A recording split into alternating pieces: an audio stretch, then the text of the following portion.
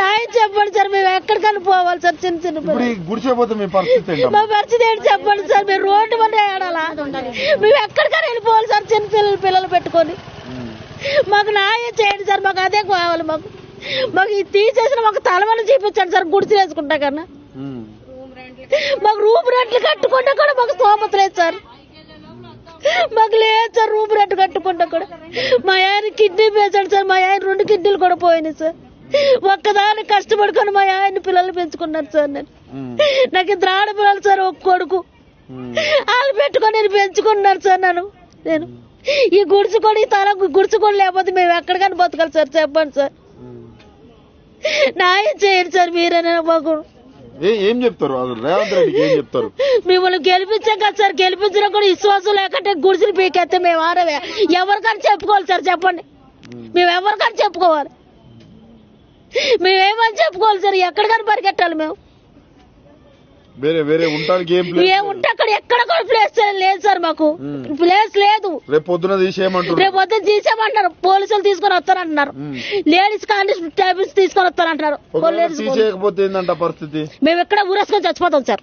Petrol తెచ్చుకొని తగలేసుకొని చచ్చిపోతాం. ఇక్కడ కుక్కలతో తొక్కిచ్చేస్తామన్నారు సార్. తొక్కించిన సార్ పిల్లలతో మేము అలా నిలబడతాం. మాకు ఆధారు లేదు, మేము ఇక్కడనే జీవించాలంటే ఏమంటున్నారు అధికారులు? మొత్తం ఖాళీ చేసేమంటున్నారు సార్. ఏ ఒక్క గుడిసె కూడా ఉండకూడదు అంటున్నారు. మొత్తం ఖాళీ చేసేమంటున్నారు. మీరు ఖాళీ చేయమన్నా సార్ మేము ఖాళీ చేయమని చెప్తున్నాం సార్. మాకు తలవాన చూపించండి. మేము అది ఒక్కటే కోరుకుంటున్నాం. మాకు తలవాన జాగాన్ని చూపిస్తే మేము ఎక్కడ దిక్కును కొండలో మండలో బరగా కర్రల గిర్లని పట్టుకుని వెళ్ళి వేసుకుంటాం. ఎంత దూరం ఉంటుంది ఈ నుంచి చెరువు? ఇక్కడే సార్. పైకే ఉంది. పైకి వెళ్ళాలి సార్. సంబంధం లేదు సార్. మాకు అడ్డగట్టు కూడా ఉంది సార్ అక్కడ.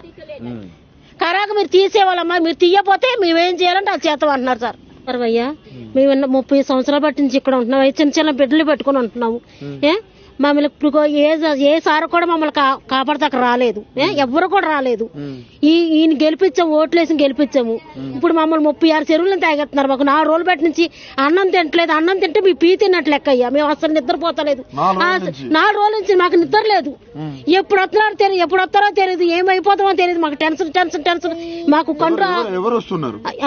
ఆఫీసు వాళ్ళు వస్తున్నారు సార్. మీరు అర్జెంట్ ఖాళీ చేస్తారా? ఖాళీ చేయరా? లేదా కోకులను తీసుకొస్తాం, లేదా పోలీసులు తీసుకొస్తాం. ఇయ్యా చెప్తున్నారు సార్. ఖచ్చితంగా ఇయ్యా చెప్తున్నారు. ఇప్పుడు కూడా గంట ముందు వచ్చారు. 4 వచ్చారు. మధ్యాహ్నం కూడా 4 వచ్చారు. ఏమంటున్నారమ్మా మీరు గుడిసెలు ఖాళీ చేయరా? మీరు ఖాళీ చేయకపోతే మీరు అలాగే ఉండండి, మిమ్మల్ని మనుషులతో పాటు తొక్కిచ్చేస్తాం అంటున్నారు సార్. ఏం చేయాలి సార్ చెప్పండి. మనుషులతో పాటు అంటే మీరు ఏం పని చేస్తారమ్మా? మేము శిల్పాలో హౌస్ పికింగ్ చేస్తాం సార్. శిల్పారామంలో పని చేస్తాం సార్. మీకు గుడిసెలు తప్ప ఇంకా గుడిసెలు తప్ప మాకు ఆధారం ఏంటి ఏది లేదు సార్. మాకు ఊళ్ళో ఇంటి కాడ కూడా మా ఆంధ్ర కూడా మాకు ఇల్లు కట్టుకుంటే అక్కడ ఇల్లు కూడా లేదు సార్. మాకు తాళం కూడా లేదు సార్. మాకు ఇక్కడ 30 ఏళ్ళ బట్టి నుంచి బతుకుతున్నాం సార్. ఇక్కడ ఓటక్కు కూడా ఇవ్వడం ఉంది సార్. మాకు మొన్న ఓటేసారా? వేసాం సార్. వేసి ఆయన గెలిపించాం సార్. గెలిపించబట్టి మాకు ఇంత తిప్పం. రేవంత్ రెడ్డికి కాంగ్రెస్ కే రోడ్డు. అవును సార్. ఈ చిన్న బట్టలు పిల్లలు పట్టుకొని మేము ఎక్కడికైనా వెళ్ళిపోవాలి సార్. చెప్పండి సార్.